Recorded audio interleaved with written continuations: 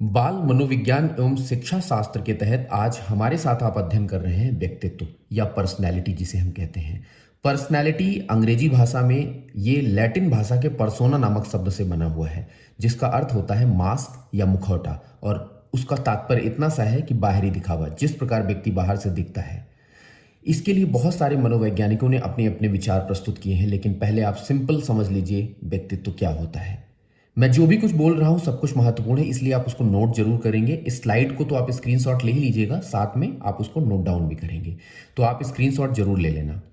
व्यक्तित्व किसी व्यक्ति के सोचने, महसूस करने, व्यवहार करने और दूसरों के साथ किस प्रकार का व्यवहार किया जाए उसको समग्र रूप से लागू करता है। यह बताता है कि कोई व्यक्ति कैसा है, कैसे सोचता है और विभिन्न परिस्थितियों में किस प्रकार अपनी प्रतिक्रिया देता है। यही व्यक्तित्व है। सिंपल शब्दों में एक मैं आपको बता देता हूं कि व्यक्ति का स्वभाव, आदतें, रुचियां, भावनाएं, व्यवहार, सोच और चरित्र मिलकर उसके व्यक्तित्व का निर्माण करते हैं।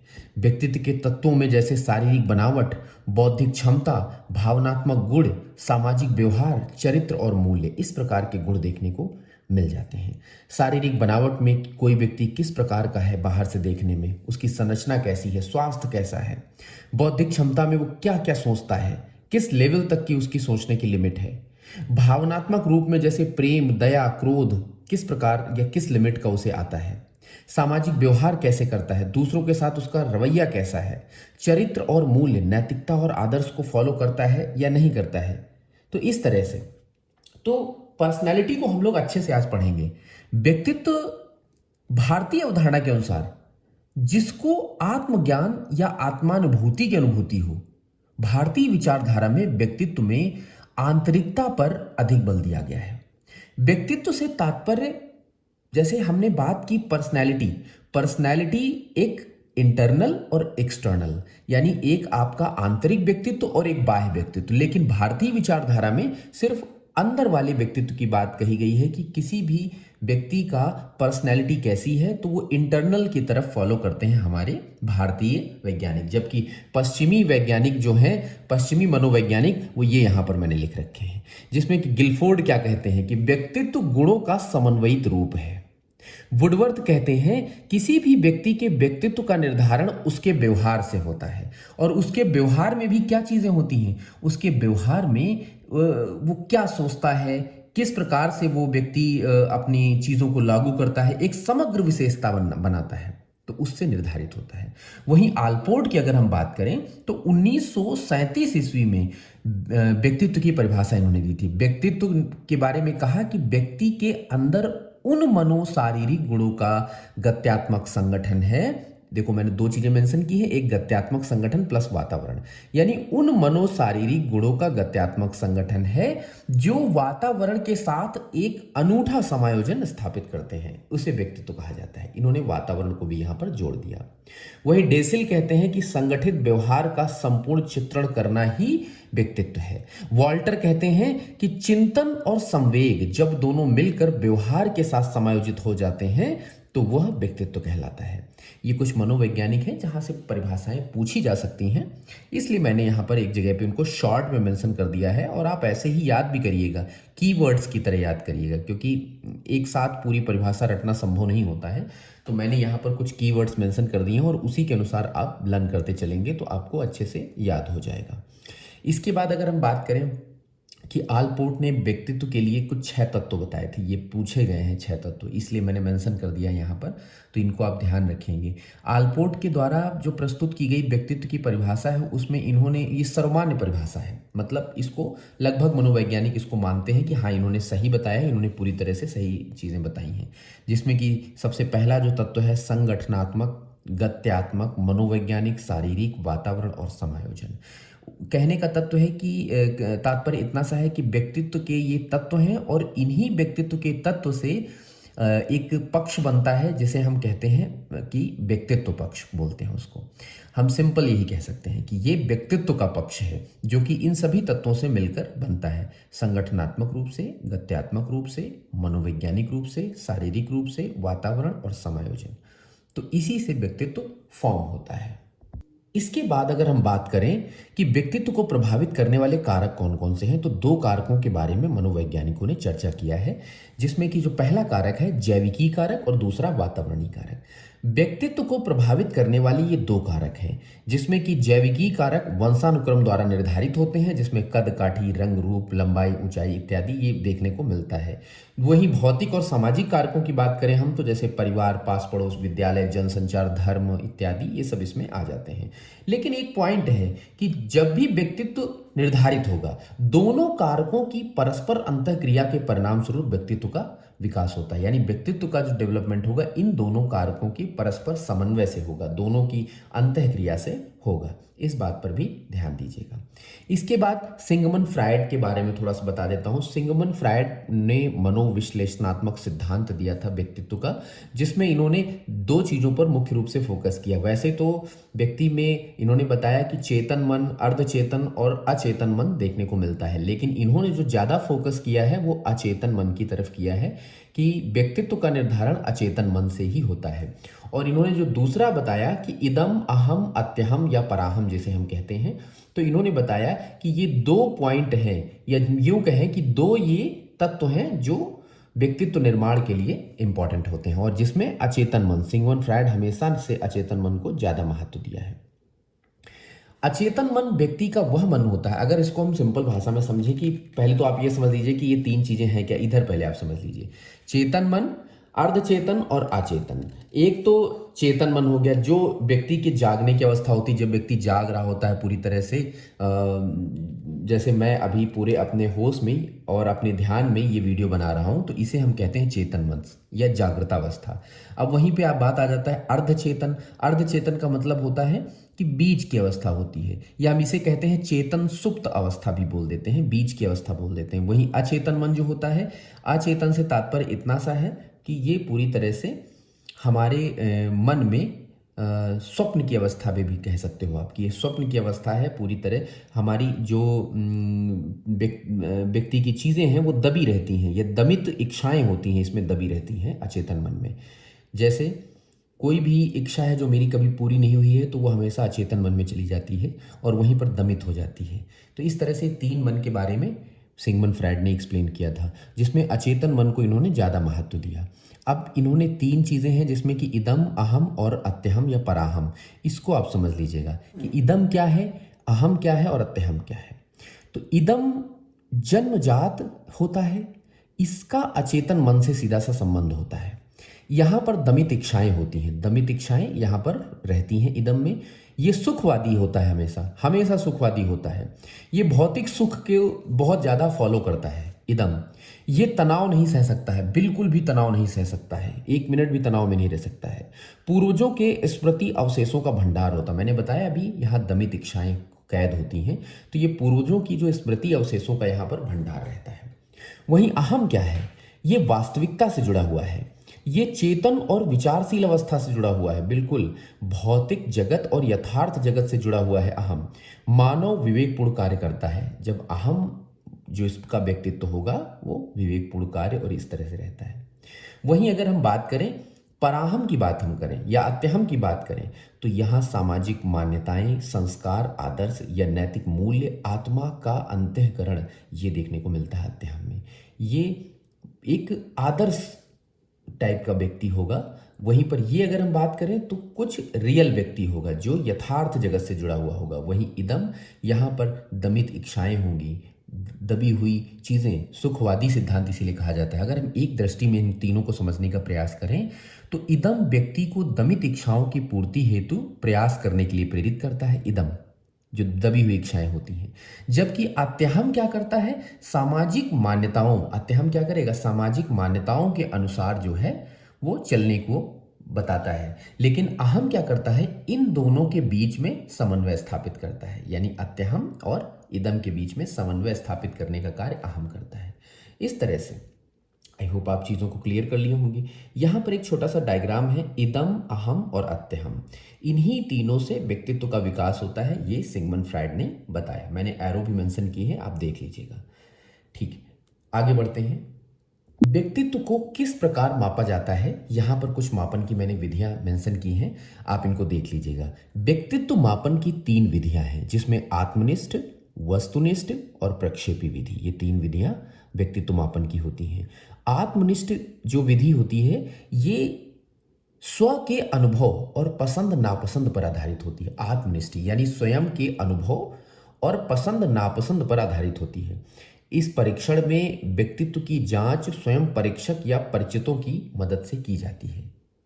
अब ये आप देख लीजिएगा, साक्षात्कार विधि, जीवन इतिहास विधि, आत्मकथा लेखन विधि, प्रश्नावली विधि, अवलोकन विधि। साक्षात्कार विधि में जो व्यक्ति व्यक्तित्व मापन कर रहा होगा वो मौखिक रूप से कुछ प्रश्न पूछेगा और उन्हीं प्रश्नों पर आधारित सामने वाले का व्यक्तित्व कैसा है वो बताया जाएगा। वहीं जीवन इतिहास विधि एथेंस के कुछ दार्शनिकों ने प्रयोग किया था। हालांकि ये विधि मनोरोगियों के लिए थी कि मनोरोगियों को किस प्रकार उनका इलाज किया जाए उसके लिए थी। इसमें व्यक्ति को एक टॉपिक दिया जाता था, एक टॉपिक या एक संदर्भ दिया जाता था और उनका जीवन इतिहास पीछे का उसी के बारे में एक्सप्लेनेशन होता था और उसी के आधार पर जो है व्यक्तित्व का निर्धारण किया जाता है। आत्मकथा लेखन विधि व्यक्तिगत इतिहास लिखने को कहा जाता है। आप अपने बारे में, जैसे किसी व्यक्ति का व्यक्तित्व मापन हो रहा है, उसको इतिहास लिखने को कहा जाएगा और स्वयं का वो भी कि क्या क्या चीज़ें हैं उस पर आधारित, उसी को समझकर, उसी को अच्छे से पढ़कर, देखकर उस सामने वाले व्यक्ति के व्यक्तित्व का मापन किया जाता है। प्रश्नावली विधि, इस प्रश्नावली विधि में पेपर पेंसिल टेस्ट भी इसे कहते हैं। इसमें प्रश्नों की एक सूची होती है और उन प्रश्नों को जवाब देना होता है, इसीलिए इसे पीपीटी भी कहा जाता है, पेपर पेंसिल टेस्ट। और उन पे क्वेश्चन लिखा होता है और उसके आगे जो है सावधानी पूर्वक आपको आंसर लिखना होता है और आंसर हाँ या ना में होता है। तो प्रश्नों की सूची और उसी से व्यक्तित्व का मापन किया जाता है। अवलोकन विधि में क्या होता है, सावधानी पूर्वक देखकर ऑब्जर्वेशन किया जाता है, ऑब्जर्व करते हैं और व्यक्तित्व को बता देते हैं कि सामने वाला व्यक्ति कैसा है। इसके बाद नेक्स्ट वस्तुनिष्ठ विधि, इसमें समाज मिति विधि, निर्धारण मापनी या मापन रेखा विधि, परिस्थिति विधि और शारीरिक परीक्षण, इन 4 प्रकार से वस्तुनिष्ठ विधि के द्वारा व्यक्तित्व का मापन किया जाता है। समाज मिति विधि में क्या होता है कि व्यक्ति के बारे में हम समाज से जानकारी इकट्ठा करते हैं कि सामने वाला उक्त व्यक्ति कैसा है। ऐसा हमारे यहाँ पर होता है, जैसे किसी भी व्यक्ति की शादी कहीं पर होती है तो व्यक्ति डायरेक्ट उनसे न पूछकर आसपास मोहल्ले में, पास पड़ोस में, समाज में पता करता है चीज़ों को। तो समाज मिति विधि इसीलिए इसको कहा गया है, ये सामने वाले के व्यक्तित्व को बता देगी आपको कि वो सामने वाला कैसा है। निर्धारण मापनी या मापन रेखा विधि, एक मापनी तय की गई है और उसमें क्या है कि सामने वाले व्यक्ति के बारे में चीज़ें लिखी जाएंगी और उसको वो पसंद नापसंद के आधार पर तय किया जाएगा। मान लीजिए एक टेबल में काफ़ी सारे आर्टिकल्स रख दिए जाएं और आपसे कहा जाए इनको पिक एंड चूज करिए। आप वही आर्टिकल्स पिक करेंगे और उन्हीं आर्टिकल्स के पिक करने के आधार पर आपका पता कर लिया जाएगा कि व्यक्तित्व कैसा है। परिस्थिति परीक्षण में एक सिचुएशन क्रिएट की जाती है और किस प्रकार उस सिचुएशन से बाहर निकलते हैं उस पर आधारित होता है। शारीरिक परीक्षण में जो फिजिकल चीज़ें होती हैं, फिजिकल डेवलपमेंट होता है बॉडी में, उसको देखकर भी व्यक्तित्व का मापन निर्धारण किया जाता है। अब जो सबसे महत्वपूर्ण है और बार बार जो परीक्षाओं में पूछे गए हैं वो थर्ड वाली है, ये तीसरी बहुत बार पूछा गया है। मतलब आप मान लीजिए हर बार पेपर में प्रश्न इससे पूछा जाता है, जिसे हम प्रोजेक्शन मेथड भी कहते हैं। वाक्य पूर्ति परीक्षण, रोस्मिस लक्ष्य परीक्षण और प्रासंगिक अंतर्बोध परीक्षण, ये 3 परीक्षण है। इनको थोड़ा डिटेल में समझ लेते हैं और मैं जो भी कुछ बोल रहा हूं आप इसको रिमाइंड करके सुनिएगा या आप नोट्स में जरूर अपने डालिएगा। पहला है वाक्य पूर्ति परीक्षण, इसको हम कहते हैं सेंटेंस कंप्लीशन टेस्ट या एससीटी भी शॉर्ट फॉर्म में कहा जाता है, कहीं कहीं पर एससीटी भी पूछ लिया जाता है। तो वाक्य पूर्ति परीक्षण सबसे पहले इसकी खोज 1940 ईस्वी में, ठीक है, इसकी खोज 1940 में किया था रोहड़े ने, 1940 में रोहड़े ने। हाइड्रेथ का भी नाम आता है इसमें, हाइड्रेथ, रोहड़े और हाइड्रेथ ने 1940 ईस्वी में किया। वहीं भारत में अगर हम बात करें तो एससीटी के बारे में विश्वनाथ मुखर्जी ने सबसे पहले इसकी खोज की थी, भारत में परीक्षण किया था इसका।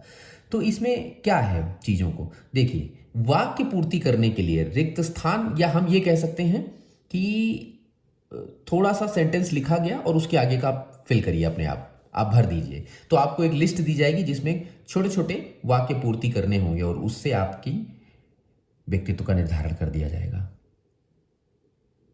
यानी अधूरे वाक्यों को पूरा करना होता है, सिंपल सा। ठीक। दूसरा है रोस्मिस लक्ष्य परीक्षण, काफी इंपॉर्टेंट है।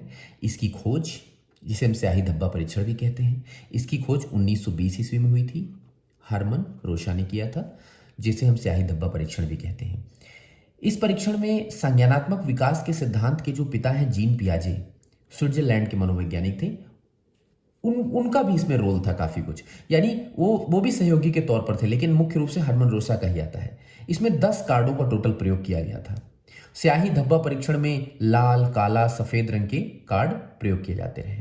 तो क्वेश्चन बन सकता है यहाँ पे कि कुल कितने कार्डों का प्रयोग किया गया था, तो 10 कार्डों का प्रयोग किया गया था। टोटल नंबर ऑफ कार्ड जो था वो 10 था, जिसमें कि कार्ड संख्या में अगर हम बात करें तो 2 और 3 जैसे काला, सफेद, लाल, 1, 4, 5, 6, 7 जैसे, तो काला, सफेद, इस तरह से अलग अलग उन्होंने किया था। सिंपल सा आप इतना समझ लीजिए कि हरमन रोसा ने परीक्षण के लिए कोई निश्चित समय निर्धारण नहीं किया और ना ही ये बताया कि हम जो 10 कार्ड प्रयोग कर रहे हैं उनमें कौन सा कलर और किस प्रकार से हम रखेंगे।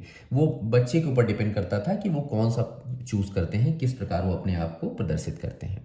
तो हरमन रोसा का ये परीक्षण था, जिसे हम स्याही धब्बा परीक्षण के नाम से भी जानते हैं। इसके बाद प्रासंगिक अंतर्बोध परीक्षण, जो कि काफ़ी इंपॉर्टेंट है, इसे हम थीमेटिक एप्रिसेप्शन टेस्ट भी कहते हैं। और ये 1935 ईस्वी में मुर्रे और साथ में हार्वर्ड यूनिवर्सिटी में ये अपनी खोज किया था इन्होंने, और वहीं पर ये जो है पढ़ाते भी थे। तो हम इनका लिखे दे रहे हैं, मुर्रे या मरे कहीं कहीं पर लिखा होता है, एंड मॉर्गन, ध्यान रखना। तो टैट परीक्षण के लिए मरे एवं मॉर्गन, ये दो 1935 ईस्वी में इन्होंने इसकी खोज की। और इसके साथ ही ये एक्चुअल में जो टैट परीक्षण है, इसमें कुल कितने कार्डों का प्रयोग किया जाता है, ये बार बार प्रश्न पूछा गया है कि टैट परीक्षण में कार्डों की संख्या कितनी थी। आप मुझे बताइएगा कमेंट बॉक्स में कि टैट परीक्षण में कुल कितने कार्डों का प्रयोग किया गया था। चलो मैं एक्सप्लेन कर देता हूं एक बार इसको। देखिए, टैट परीक्षण में कुल 31 कार्ड का प्रयोग किया गया था, 31। किसी एक व्यक्ति पर अधिकतम 20 कार्ड का प्रयोग किया जाता था, एक व्यक्ति पर अधिकतम 20 कार्ड का प्रयोग किया जाता था, लेकिन टोटल नंबर ऑफ कार्ड जो होते थे 31 होते थे। कार्ड पर अलग अलग विषय से संबंधित चित्र बने रहते थे।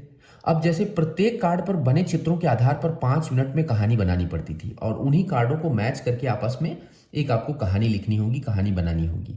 कहानी बनाते समय परीक्षार्थी जो होता था उसके 4 तत्वों पर विशेष ध्यान देना होता था। जैसे चित्र में दिखाई गई घटना पहले घटित हुई है क्या कहीं पर, इस समय क्या हो रहा है चित्र में, ये लोग क्या सोच रहे हैं, मतलब जो चित्र में दिख रहे हैं ये लोग क्या सोच रहे हैं, उनके मन में कौन कौन से भाव उठ रहे हैं, और इसका अंत क्या होगा, जो चल रहा है ये कहानी की तरह चल रहा है कार्ड में, उसका अंत क्या होगा। तो टैट के संपूर्ण परीक्षण करने में 2 घंटे का समय इन्होंने रखा था कि 2 घंटे में लगभग ये कंप्लीट हो जाएगा। तो इस तरह से ये प्रक्षेपी विधि भी मैंने आपको बता दिया। तो व्यक्तित्व मापन के लिए आप एक बार फिर से देख लीजिएगा, 3 विधियां थी, जिसमें आत्मनिष्ठ, वस्तुनिष्ठ और प्रक्षेपी विधि। आत्मनिष्ठ विधि ये थी, वस्तुनिष्ठ में आपने ये देखा, और प्रक्षेपी में ये 3 प्रमुख विधियां हैं, SCT, स्याही धब्बा परीक्षण और टैट। तो इनके बारे में अच्छे से आप अध्ययन कर लीजिएगा, और अगला वीडियो मैं कल लेके आऊँगा आपके लिए। सो पढ़ते रहिएगा। अगर हमारे द्वारा इस स्लाइड के माध्यम से आपको पढ़ाया जा रहा है, तो अगर पसंद आता है तो आप लाइक और शेयर जरूर करिएगा, इससे उत्साहवर्धन होगा, और भी वीडियो आपके लिए लेके आएंगे। दूसरी बात रही कि ये साइकोलॉजी बहुत ज़्यादा 15 to 20 डेज में ख़त्म हो जाएगी। इसके बाद आपको पर्यावरण अध्ययन के बारे में मैं पढ़ाऊँगा, उसमें भी 20-25 लेक्चर उसमें भी लगभग लग जाएंगे। तो ये 2 टॉपिक मैं आपके कवर करवा दूंगा। बाकी अध्ययन करते रहिए। काफ़ी इंपॉर्टेंट कंटेंट भी मैंने बना दिए हैं, वो भी आप फोकस कर सकते हैं। उस पर बेस अगर अध्ययन करेंगे तो यकीन मानिए कोई भी प्रश्न आपका छूटेगा नहीं। थैंक यू सो मच दोस्तों।